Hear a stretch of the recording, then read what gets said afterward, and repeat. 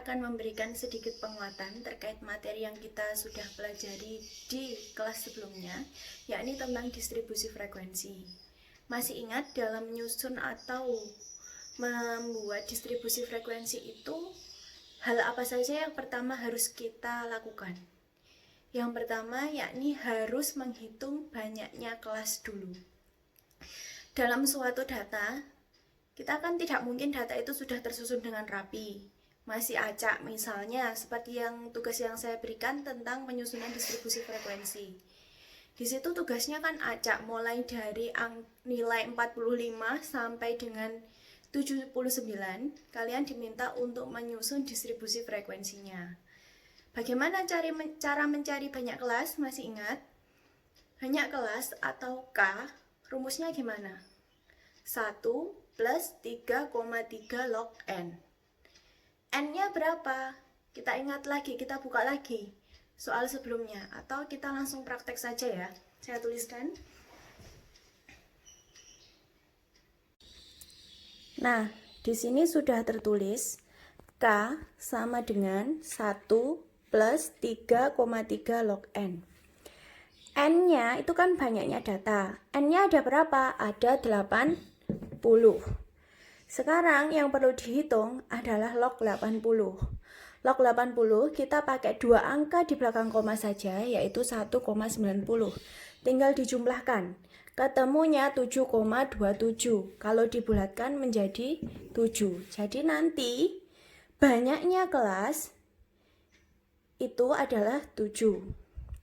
Cara yang kedua yaitu mencari panjang kelas. Panjang kelas atau dengan simbol C. C dengan rumus apa? C sama dengan R per K. K banyaknya kelas. R diperoleh dari mana? R itu kan jangkauan atau range. Range itu merupakan data terbesar dikurangi data terkecil. Kita cek lagi di soalnya. Data terbesarnya berapa? 79. 79, data terkecilnya berapa? 45. K-nya ini kan ketemu 7. 79 kurangi 45 berapa? 34. 34 dibagi 7, maka ketemu 4,85. Kalau dibulatkan menjadi 5. Nah, di sini sudah ketemu. Banyaknya kelas 7, panjang kelas ada 5. Langkah selanjutnya, kita menghitung banyaknya data yang ada pada soal. Kita buat intervalnya. Oke, di sini kita susun dulu distribusi frekuensi dari data yang sudah diperoleh tadi bahwa banyaknya kelas ada 7, panjang kelas ada 5. Kita hitung bersama. Banyaknya kelas apakah sudah sesuai ada 7? 1, 2, 3, 4, 5, 6, 7. Oke, sudah sesuai. Kemudian yang kedua, panjang kelas. Panjang kelasnya tadi 45. Panjang kelasnya ada 5. Kita hitung, 45, 46, 47, 48, 49, 5. Rentangannya 5. Apakah dari soal itu, mulai data terkecil sampai data terbesar sudah tercakup dalam interval ini? Sudah ya? Data terkecilnya berapa? 45. Data terbesarnya berapa? 79. Kita kelompokkan berdasarkan interval ini ada berapa banyaknya data atau kita hitung frekuensi di masing-masing interval. Nah, di sini sudah saya tuliskan. Nanti silahkan dicocokkan lagi dengan soalnya. Interval 45-49, banyaknya data ada 4. 50-54, banyaknya data ada 11. 55-59, banyaknya data ada 20. 60 sama 64, banyaknya data ada 23. 65 sampai dengan 69, banyaknya data ada 12. 74, banyaknya data ada 6. 75, 79, banyaknya data ada 4. Sehingga kalau ditotal, banyaknya data itu ada 80. Di sini sudah bisa menjawab pertanyaan nomor A dan nomor B. Kemudian menentukan batas atas, batas bawah. Kalau sudah diketahui intervalnya, batas atas, batas bawah kan gampang.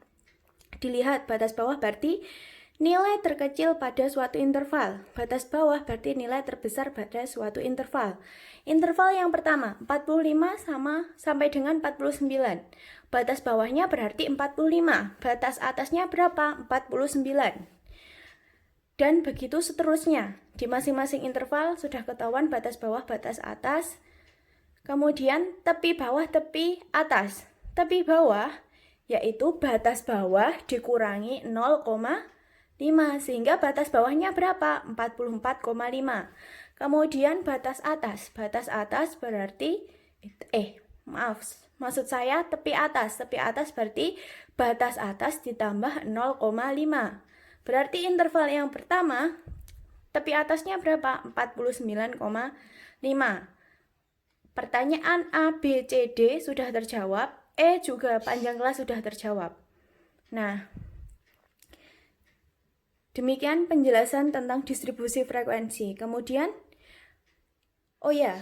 yang F itu kan ada pertanyaan titik tengah. Titik tengah gimana cara mencarinya? Titik tengah, yakni batas atas ditambah batas bawah atau batas bawah ditambah batas atas dibagi 2.